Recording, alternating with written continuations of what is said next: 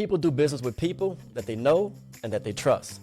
That was one of the first lessons I learned in business. You can't just be transactional. You got to cultivate, develop, and build relationships that will last you over a sustained period to help you achieve your business goals. Welcome to our sponsor mini-series. This mini-series is designed to give you a deeper insight into 4 categories: workforce development, technology, risk management and insurance, and third-party administration. You're going to get an insight into the people and the products that's bringing the value to your business. Now, if you're like me, one thing I hate is to be sold something. It just doesn't feel right. Just give me the real answers. I'm going to ask the tough questions. Show me what you can do and what you can't do, and I'll make my own informed decision. And sometimes we'll find out if the solution doesn't work for you, but we're going to go deep. And if you find this interesting or you want to learn more, check out our sponsors in deeper detail. Go to their websites. But when you call them, make sure you use that L12 discount code because, they're giving you free money. You might as well use it.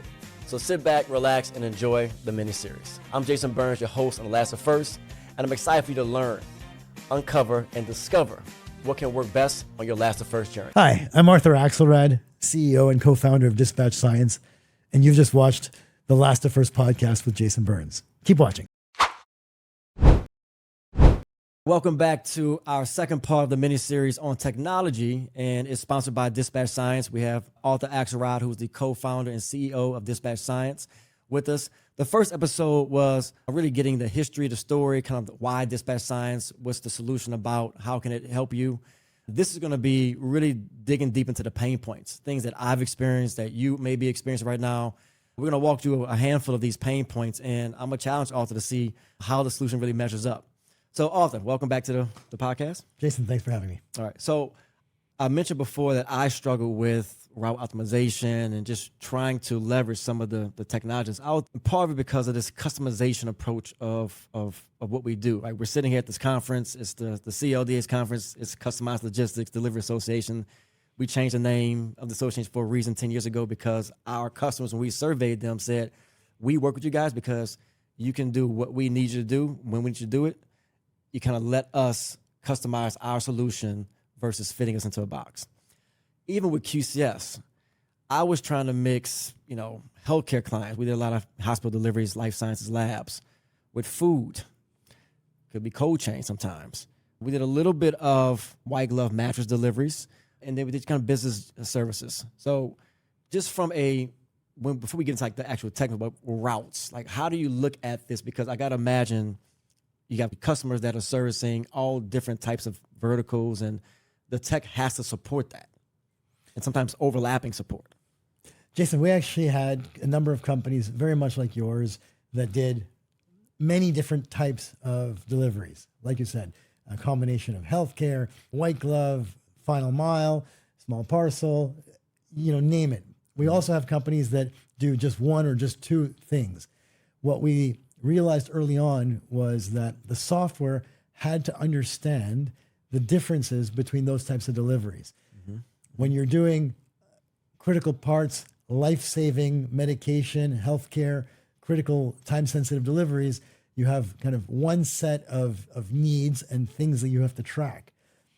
When you're doing some of the more low margin but high volume small parcel work, it's a completely different animal. Yet it's the same system that has to be able to do both. And so we built into Dispatch Science the configurability for companies like yours to have different customer accounts, and for those different accounts to support different rules, different profiles, different ways of servicing those accounts while taking into account all of the different things that make that different. From a route optimization perspective, in one scenario, when we're optimizing a route, we're optimizing, let's say in the morning, for a box truck that's going to leave a dock fully loaded. Mm-hmm. So the software can help you load that box truck first in, last out, and create for you a really dense route with the least number of miles traveled, which helps everybody's bottom line. Sure.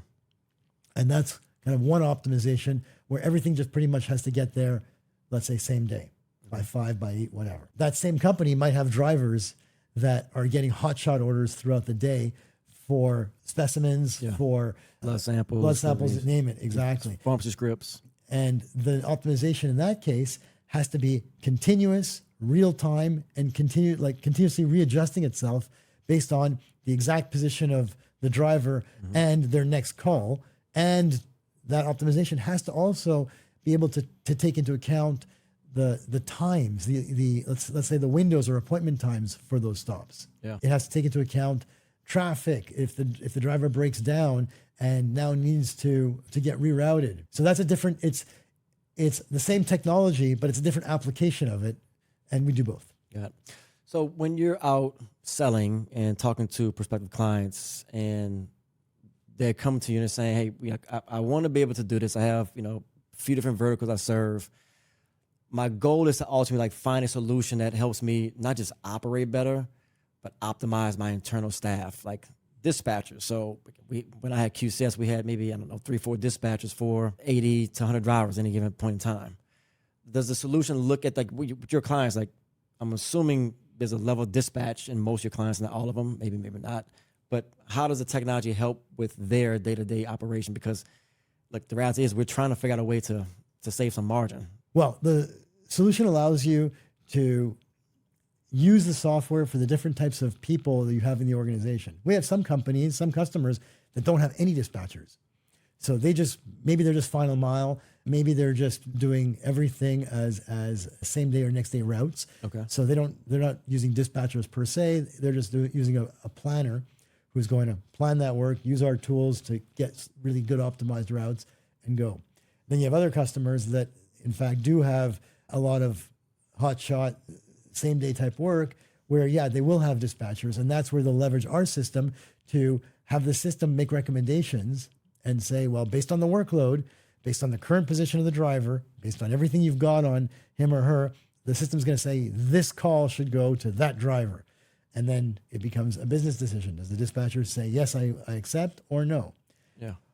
Or for companies that want to go all the way, they can turn that on and go fully automated and have the system make those dispatch decisions for them.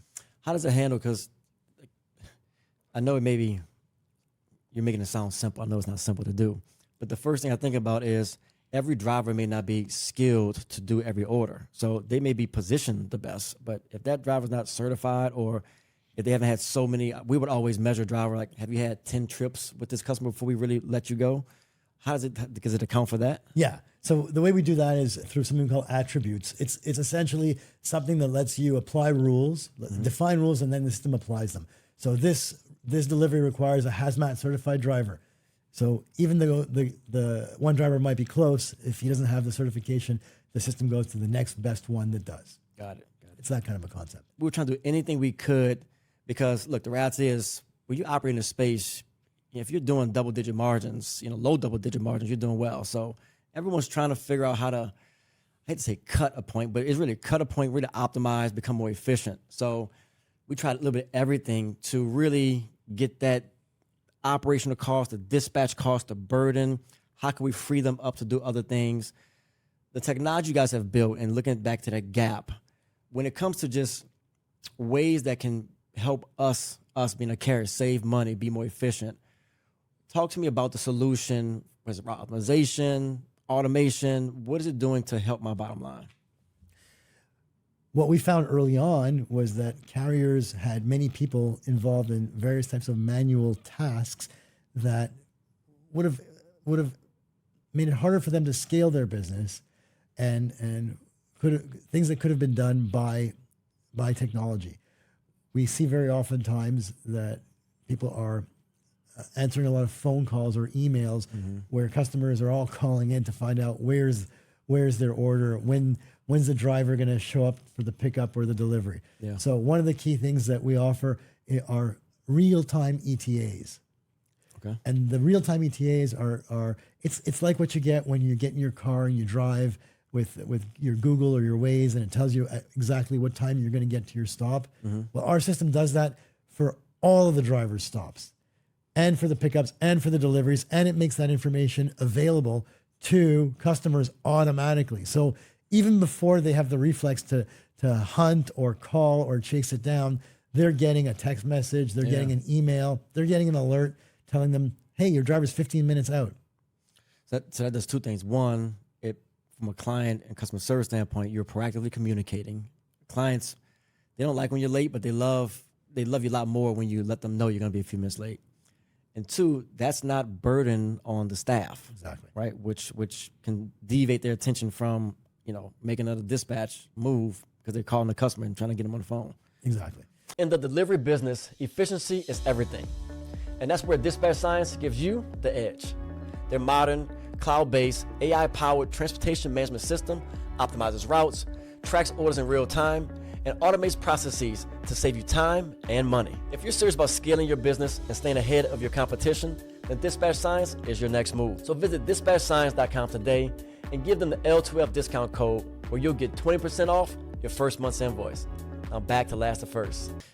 Another pain point that I know is often experienced in this space is when you have these routes, right? We had multiple verticals we serve. I was trying to mix, labs, and this is probably a bad idea, don't try this at home, food, just anything I could to try to make the route as efficient as possible. So you have different customers, different needs, different scopes of work for the drivers.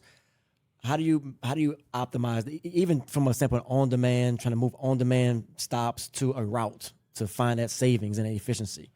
What can you do there to solve that pain point? So Dispatch Science offers a few solutions around that. The platform has a concept of route-based deliveries as well as on-demand-based deliveries. And then it's up to each company to choose the rules. Do they want to commingle? If they do, we support it. But we also give them the ability to maintain separations between things like, let's say, hazmat deliveries. Mm-hmm. So if you cannot commingle, let's say, a food delivery with a hazmat delivery, right, the kind of thing you don't want to be doing, the system will do that automatically. Okay. So it'll give you the best possible optimization while following those rules. Okay. And so it allows you to kind of, the term I used to always think, manage the exceptions. Yeah. Right. So what does that mean? Like real world. So I've got, let's say I come to you and I have 5 dispatchers. Yeah. As a part of my objective of this technology is to reduce that down over some period of time, maybe to 3 dispatchers. How does that happen? Well, the number one way it happens is that dispatchers no longer need to sit there and touch every order. So they can absolutely work by exception. So you can have boards where now the dispatchers are only worried about watching just your VIP customers or just the stuff that's late. One of the benefits of the optimization that we offer, one of the benefits of the ETAs is you actually know when things not just are late, but are at risk of being late. Mm-hmm. So you can have an at-risk board that's lit up and telling you exactly what's at risk, so you can take action proactively rather than reactively. Yeah, that's huge. That's huge. So we're talking about pain points, and another thing that I experience, I'm sure a lot of people in the space experience, is flexibility on rating customers. We talk about the variety of clients we serve. Some may want it by mile, by zone, by stop, by route, by whatever. And then that's got to translate into how you pay the drivers, the commission side of the business. Because, again, if the goal is to try to eliminate some of these manual steps involved, that was a very manual process in our business. We had to often have a whole other process and a person that converted these things in when it wasn't just clean. How have you been able to solve that, or have you been able to solve that? We have, and it was a journey. I'll tell you, when we first started out, we would build a system that could do pricing one way, and then the next customer we got needed it a different way. Yeah. And then the next one after that, yet another different way.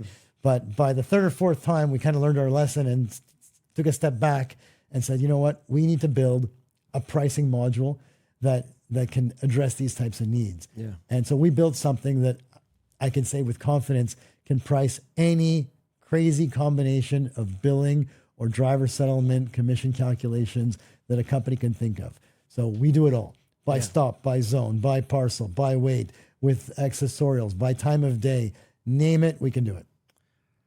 Awesome. Love that. All right, let's stick to these pain points. We're on a little roll here, and I like where we're going.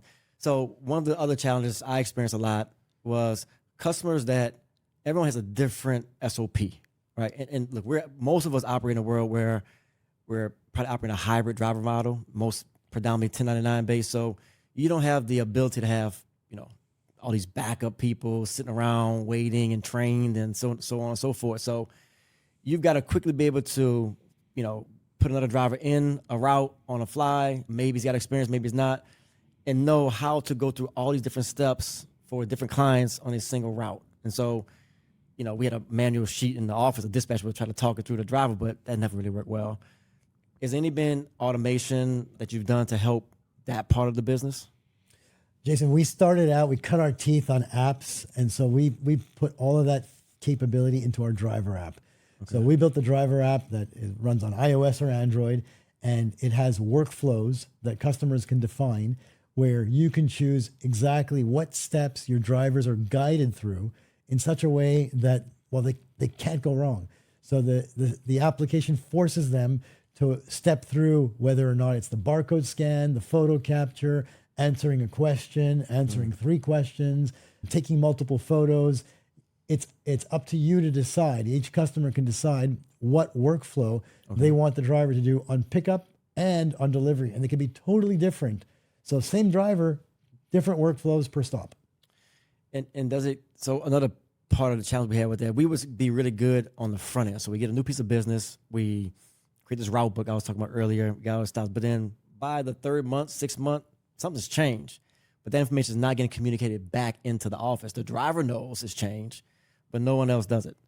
Is the driver able to do anything, relay the information back through the app to update it where the system is doing this kind of iterative, intelligence, bringing to the table? Yes. So all of the changes and all the information that the driver captures on the device flow all the way back up to the original orders. Nice. And they can even fire off alerts and send emails to the appropriate parties to advise on whatever it is the driver captured. Yeah, I loved it because that means like this manual route book that I had is now a living, breathing organism. Yeah.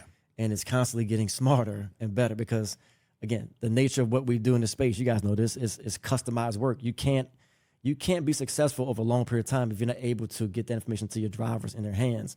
And God, I wish I had that solution when we were operating. It probably saved me a contract I lost towards the end of my tenure there. All right, so we've talked about a lot of the pain points. The last one I want to get to as we wrap up the second part of the miniseries is pricing, not rating. We talk about how we rate our customers, but this stuff sounds like be expensive, man. Like I'm thinking about, a lot of our audience, you guys have 3, 5 drivers. These are massive contractors just kind of getting their feet. This is the first time they're even looking at technology. There's be a bunch of this conference coming up where it's first time exploring technology, and they're probably going to Google search something.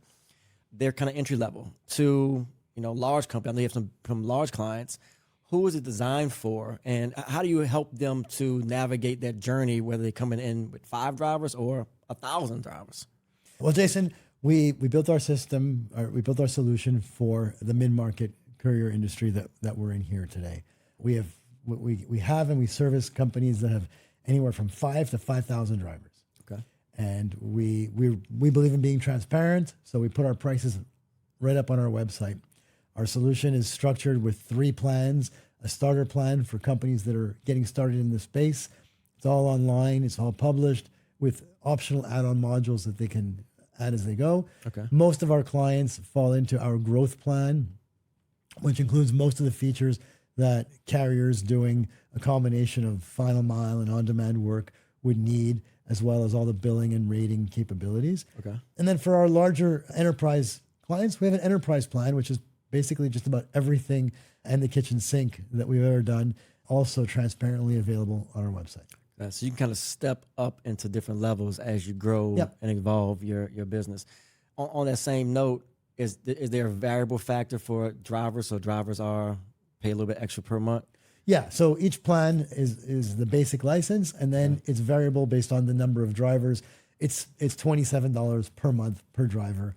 It's easy, it's automatic. And what I should mention is it's also based on the drivers really using it. So if you have a driver that doesn't drive for you one month, there's no charge. Got it. And we actually only charge $1 per delivery. So if a driver comes in and does 5 deliveries for you one month, you'll only pay $5 up to a maximum of that 27. So if the same driver does 300, you're only paying $27. Great point, because a lot of drivers moonlight getting started. They may work a weekend and a month, so not a lot of volume there. So you don't want to discourage those folks from using the technology. Last part of this before we wrap up, implementation. We talked about it briefly earlier. If I'm coming to you, sometimes I'm probably coming out of a significant pain, or it could be, again, small and I'm just getting started. How long should I be thinking about it's going to take me to kind of get ready to use the system? Can I turn it on now, or what's the lead time there? Well, generally speaking, when a company comes to us, we can have their open system available within 24 hours. sometimes even the same day, and they could start going in right away and start configuring it, looking online at the options, looking at the online help. But an actual implementation where you're going to go from one system to another, you're getting rid of that kind of older system that's no longer fit for purpose, but you still need to bring over your SOPs and a lot of your business rules. Those implementations vary. If I had to give a number, I would say 3 to 6 months as an average for most companies. It varies. Yeah, got it. Okay. Which is great. Hope you guys enjoyed. This was the second part of our series. We talked a lot about the pain points here, right? A lot of the issues that I've experienced in my career, or many of you probably still experience, and the solutions that are there. The last episode 3 of our mini series, we're going to talk about how this is a tool that's not just used for you to help you, operate your business, be more efficient, but to really go out there and win business. How does it help you operate at a better, more efficient rate, more profitable rate, and help you attract and retain your clients? That's going to be episode 3 of our mini series here with Dispatch Science. Author Action Rod, Jason Burns, last to first. Peace. Thank you.